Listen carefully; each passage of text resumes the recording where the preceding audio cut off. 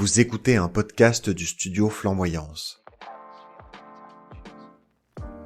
Bonsoir et bienvenue dans Profession Podcasteur, le podcast où on vous apprend à devenir podcasteur et en accompagné de Michel Rommel. Bonsoir Michel. Mais bonsoir Louis, c'est toujours un plaisir d'être ici avec toi pour parler de podcast. Exactement, et on va pas parler que de podcast, on va parler de quoi précisément ce soir ? Alors là, nous sommes à notre 3e épisode consacré au montage audio. Un gros dossier qui peut faire peur à beaucoup de monde. Ça nous a fait peur aussi au début, mais en fait qui est pas si compliqué que ça.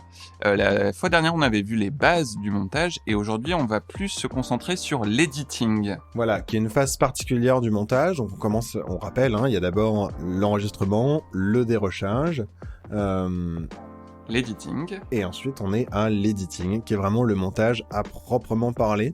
Donc, on commence, en gros, on a déjà déroché. Donc, on a une idée précise de ce qu'on veut, on sait ce qu'il faut garder, et du coup, il faut juste y aller, quoi. Oui. Donc, pour un rappel, le dérochage, c'est le moment où on réécoute toute la piste audio qu'on a enregistrée pour savoir ce qu'on garde ou pas. Ouais. Petit conseil pour s'organiser, préparez vos fichiers dérochés avec des couleurs différentes. Ça, c'est quelque chose qui est très facile à faire dans la plupart des logiciels. Alors, c'est pas le cas d'Audacity, mais c'est le cas notamment d'Adobe Audition ou de Reaper. Oui. Et c'est vraiment ce qu'on vous conseille de faire. Ça va simplifier à mort, en fait, tout votre truc. Vous repérez direct, en fait, de quelle piste on parle et qui est en train de parler. Et n'hésitez pas à créer des bus pour s'y retrouver facilement. Vous pouvez tracer toutes les informations dans des tutos. En gros, c'est faire des pistes qui regroupent toutes les autres pistes et ça permet comme ça d'avoir toutes les voix aussi concentrées dans une seule piste, tout en ayant chacune leur piste ou tous les bruitages ou toutes les musiques. Ça va aussi vraiment vous simplifier le montage. Et ça peut vous aider à mettre, par exemple, des effets sur toutes les voix d'un coup ou tous les bruitages d'un coup. C'est vraiment très pratique. Carrément, même à la fin pour gérer les niveaux. Alors là, on est plus dans vraiment la dernière phase, mais à la fin, pour gérer les niveaux ou pour nettoyer la piste, etc., c'est super simple qu'on a des bus parce que du coup, on peut baisser le volume, enfin le gain de plusieurs pistes en même temps et genre toutes les pistes voix, toutes les pistes musique et ça vous fait gagner un temps de maboule sur le mixage final. Alors Louis, on parle de editing de podcast, donc ce qui est important c'est la voix. Est-ce que tu as quelques astuces pour aider justement l'editing de la voix ? Exactement. Quand vous êtes en train de monter votre podcast sur la voix, essayez de faire en sorte que ça garde un ton simple et un ton clair. En gros, faut vous imaginer votre petit-neveu ou votre petite-nièce imaginaire, ou peut-être votre enfant, ou un enfant qui vit autour de chez vous, l'enfant de votre voisin, votre voisine, peu importe, un enfant qui écouterait votre podcast. Est-ce que tout est compréhensible ? Parfois, si c'est un sujet avec lequel vous avez vraiment une technicité, vous avez l'impression de vous permettre d'aller très vite et en fait c'est pas mal de garder parmi les rushs aussi des passages qui sont vraiment compréhensibles facilement par des enfants. C'est une bonne chose à avoir en tête. Et n'ayez pas peur aussi des répétitions au cours du podcast parce que quelqu'un peut être un petit peu distrait au début de votre podcast et le fait que vous répétiez une information un peu plus tard, ça va l'aider à bien comprendre de quoi vous parlez. Exactement, sauf si vous êtes en train de faire un cours magistral d'université, en fait c'est plutôt agréable si on est bien en train de comprendre de ce qu'on fait et même si on est en train de faire ses courses ou de conduire sa voiture par exemple pour aller au boulot quoi. Deuxième petite astuce par rapport à la voix, c'est de garder les respirations pour des transitions qui sont naturelles. Non mais quelque chose qu'on entend pas mal dans notamment des premiers épisodes de podcast, c'est un montage où la voix elle paraît un peu hachée quand elle commence. Oui. Parce que à chaque fois qu'il y a une voix, en fait on commence, il y a toujours un séquence toujours par un souffle. Et donc je vais vous parler et quand on termine, il y a toujours un peu de souffle qui sort. Et donc là je finis ma phrase. Si vous faites gaffe, vous l'entendrez bien. Et du coup, il faut bien commencer sa prise de son juste avant le premier souffle et bien attendre que le dernier souffle soit fini, quitte à faire un petit fondu d'ailleurs pour accélérer si vous voulez que ça aille un peu plus vite. Oui. Et ça, c'est vrai que c'est un peu une erreur de débutant, en fait du débutant qui veut trop bien faire et qui essaie trop de couper les sons qu'il ou elle estime parasite, alors qu'en fait, ça permet de garder ce côté humain, le souffle. Bon, bien sûr, si un des interlocuteurs se met à avoir une grosse quinte de tout, peut-être que vous pouvez le couper, ou le laisser si vous trouvez que c'est drôle, mais... Un petit sadique des podcasts. Michel Rommel, bonjour. Mais le souffle, moi, je vais parfois réduire un peu le son si ça gâche la compréhension de ce que la personne dit. Exactement, mais en tout cas ça rend beaucoup plus naturel et si vous laissez être justement dans la précision, dans l'émotion, dans l'intimité, c'est important aussi de garder ses pauses, ses silences et ses souffles, qui sont en fait juste tout simplement quand quelqu'un est en train de parler. C'est un débit qui est naturel, il faut essayer de garder ce côté naturel. Alors maintenant, en dehors de la voix, on va parler aussi de musique. Comment est-ce qu'on peut jouer avec la musique ? Déjà, choisissez bien vos musiques. Normalement, elles sont déjà choisies au moment de commencer votre montage, mais peut-être que vous pouvez aussi choisir d'en rajouter à ce moment-là. Mais essayez de prendre des musiques, évidemment, qui correspondent bien à ce que vous voulez faire. Mais après, c'est comment on l'insère, la musique. Moi, ma petite astuce, c'est d'utiliser la musique comme délimitateur de grandes parties. C'est-à-dire que je sais pas, c'est comme une typographie dans un texte, par exemple. Parfois, on peut se permettre de changer la typographie dans un texte. Dans de la poésie, on voit pas mal ça. Et en fait, ça permet de délimiter une partie ou une autre. Et du coup, on sait très clairement si on est dans un paragraphe explicatif, dans un paragraphe plutôt de fiction, parce que c'est en italique et que c'est un peu recentré.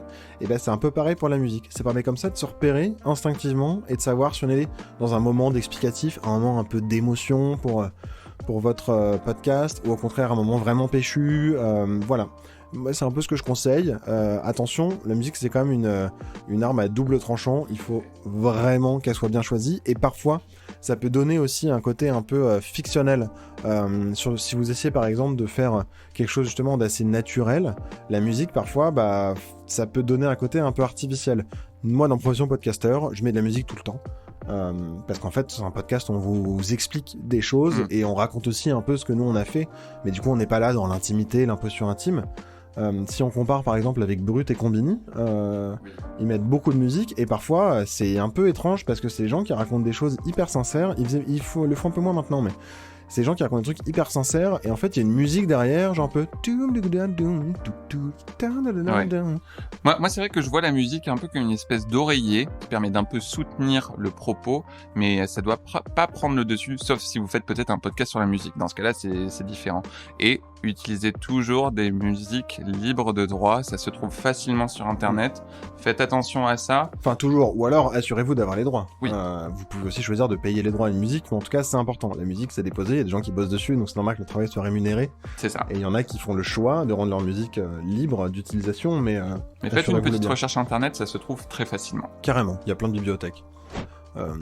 Les bruitages aussi, c'est pas mal utilisé comme transition ou ambiance, comme des petits jingles ou des choses comme ça. Oui. Pour Cornegredou, par exemple, on utilise une petite cloche pour annoncer cloche de boxe. Ouais, pour annoncer que c'est le moment où on va rentrer un peu plus dans le duel, dans la conversation et qu'on va sortir du moment un peu plus calibré. Et même parfois, si on aborde un sujet où on se dit « Ah, ce serait marrant de rajouter un petit bruitage ». Par exemple, on parlait de maisons hantées où j'ai rajouté des craquements de bois et un petit peu des petits bruits comme ça donne plus de profondeur en fait à l'ambiance et au son. Ok, tout à fait. Ok. Les ambiances sont très importantes. Je me suis passé tout seul. Oui. Ouais. Non, c'est aussi important d'ailleurs de pas être 100% didactique dans votre montage. Je vais entendre par là de coller parfaitement à ce que vous êtes en train de dire. C'est-à-dire que c'est bien effectivement si le bruitage correspond tout à fait à ce que vous êtes en train de raconter. Comme pour Cornegredou par exemple, c'est ce que tu fais généralement. C'est-à-dire qu'il y a un côté un peu aventure, donc on entend les petits bruitages d'aventure, etc. Mais ça commence un peu avant ou ça se termine un peu après. C'est toujours quelque chose qui est pas genre. Et là, c'est l'aventure. Et mieux vaut en faire pas assez que trop. Pour les bruitages, je trouve. Ouais, c'est vrai. Enfin, après, tout dépend de votre podcast. C'est juste, encore une fois, j'essaie de trouver le bon équilibre pour pas que ça vienne prendre le dessus sur ce que la personne est en train de dire. Non, oui, tout à fait. Sinon, c'est pas très agréable. Voilà.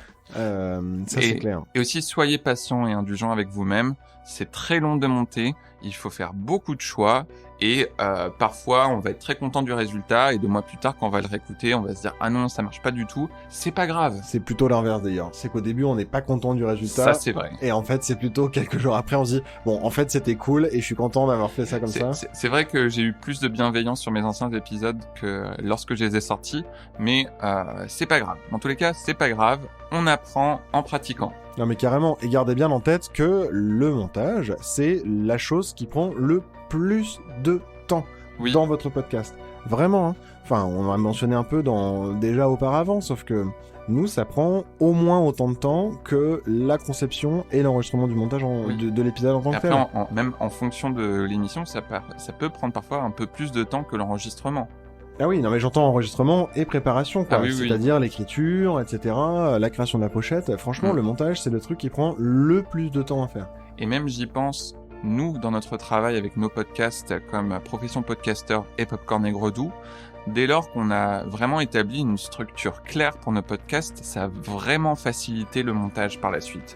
Parce que pour nous, c'est très clair, lorsqu'on enregistre le podcast et lorsqu'on le monte, quelles sont les étapes à ne pas rater, quelles sont les différentes parties du podcast. Non, tout à fait. Et on se facilite aussi du travail en faisant des émissions qu'on anime nous-mêmes, qui sont sur format interview. Et du coup, sur le dérochage, en fait, il y a assez peu de choses qu'on jette parce que c'est déjà organisé. On sait déjà, on commence par la partie 1, ensuite c'est la partie 2, ensuite c'est la partie 3, ensuite c'est la partie 4, ensuite c'est la conclusion. C'est clair, c'est net, c'est précis, et du coup ça nous facilite un temps de maboule sur le montage. Oui. Mais il y en a d'autres aussi pour des clients par exemple, où c'est pas le cas parce que ils veulent des podcasts qui sont vraiment travaillés, comme je sais pas, Les Ailes du patrimoine par exemple, c'était des portraits de femmes qui travaillent dans les services du patrimoine. Le client voulait des podcasts qui sont vraiment bien travaillés, propres, avec une vraie intimité. Donc moi j'avais 1h30 d'enregistrement et je termine avec des épisodes qui sont entre 10 et 20 minutes. Ouais. Donc, de voix. C'est un gros travail de dérochage tout ça. Ah bah là c'était énorme, mais en même temps je suis aussi hyper content et je m'étais aussi appuyé, j'avais quand même bien préparé les entretiens, j'avais les trains d'entretien qui étaient très clairs, du coup je savais aussi dans quel ordre à peu près arrivaient les questions. Ma phase de dérochage, je l'ai faite selon ma méthode, mais qui, moi, m'a très bien convenu pour faire ce genre de projet. Non, c'était cool, quoi. Aussi, tout à l'heure, on parlait de respiration, de laisser les respirations. C'est bien aussi de laisser quelques petites hésitations ou petits trucs, genre s'il y en a trop, on peut un peu les réduire, mais ça rend aussi le propos plus humain, je trouve. Ouais, ça rend le podcast un peu plus naturel. En tout cas, essayez vraiment de garder le côté naturel de la voix. Ça, c'est important. On va aussi voir ça avec justement le bruit de fond, etc. Parfois, il y a des effets qui peuvent rendre la voix un peu artificielle. Oui. Et c'est plutôt à éviter. En fait, on cherche plutôt le ton naturel. Donc, les souffles, les silences aussi. Le silence n'est pas un ennemi. Le silence est un allié du monteur. Et je le dis vraiment de manière importante parce qu'on a toujours envie de dire faut que ça aille, faut que ça aille, faut que ça aille vite, faut qu'il pas qu'il y ait de trop, etc. Non, le silence, il est utile aussi. Oui, parce que l'auditorie, il y a aussi besoin de respiration dans sa tête. Ouais. Oui, c'est vrai. C'est tellement profond. Voilà, petit résumé quand même de tout ce qu'on s'est raconté sur l'editing. Oui. Déjà, préparez bien votre montage, gardez un ton simple et clair, gardez du souffle, utilisez la musique comme délimitateur, mais n'en faites pas trop, choisissez bien vos musiques. Pareil pour les bruitages, pour apporter un peu plus d'ambiance, et surtout soyez patient et indulgent avec vous-même. Absolument, et le petit conseil avant de finir, c'est qu'il ne faut pas hésiter à s'arrêter au milieu d'un montage, et de reprendre un peu plus tard. Non mais ça c'est vrai. Surtout lorsque à un moment vous arrivez à un point où vous dites j'entends plus rien, c'est genre vous n'arrivez plus à entendre la différence si c'est bon ou pas, faut vous arrêter. Ouais, moi ça m'est déjà arrivé parfois d'appeler Michel et lui dire Michel, faut absolument que t'écoutes là, est-ce que l'écho, qu'est-ce que t'en penses? Et en fait il me dit non mais tout va bien, juste calme-toi et va sortir une demi-heure. C'est ça, et c'est normal. Faut prendre cette pause, c'est important, même s'il faut reprendre le lendemain, parce que sinon vous pourrez pas faire un montage de qualité. Exactement. Et essayez de faire attention aussi à ce que vous aviez au début, à votre idée initiale de montage. Ça va vous aider à la fin. Parce qu'en fait, au moment de monter, vous allez peut-être avoir envie de changer beaucoup de trucs. Vous allez faire beaucoup de choix. Vous dire, ah oui, mais on peut aussi faire ça et ça, etc. À un moment donné, vous avez préparé votre montage avec une idée en tête. Essayez de la voir en tout cas en tête. Même si vous la faites pas, sachez pourquoi. Eh bien, merci d'avoir écouté cet épisode de Profession Podcaster sur l'editing, cette phase du montage qui est très importante. Profession Podcaster est un podcast du studio Flamboyance, co-animé par Michel Rommel et Louis Duruflé. Vous pouvez retrouver toutes les informations sur le Facebook du studio Flamboyance ou sur le site web flamboyance qui se termine par un s.fr. Et si vous aimez notre duo en podcast, sachez qu'on anime un autre podcast qui s'appelle Popcorn et Gredou, où on parle de sujets de société à travers des films et la culture populaire. C'est super fun, faut aller écouter ça. Et parmi les autres podcasts, il y a aussi les Ailes du patrimoine. Ah mais oui, t'en as parlé, où on dresse 5 portraits de femmes qui travaillent dans les métiers du patrimoine. Exactement. À la semaine prochaine. À la semaine prochaine.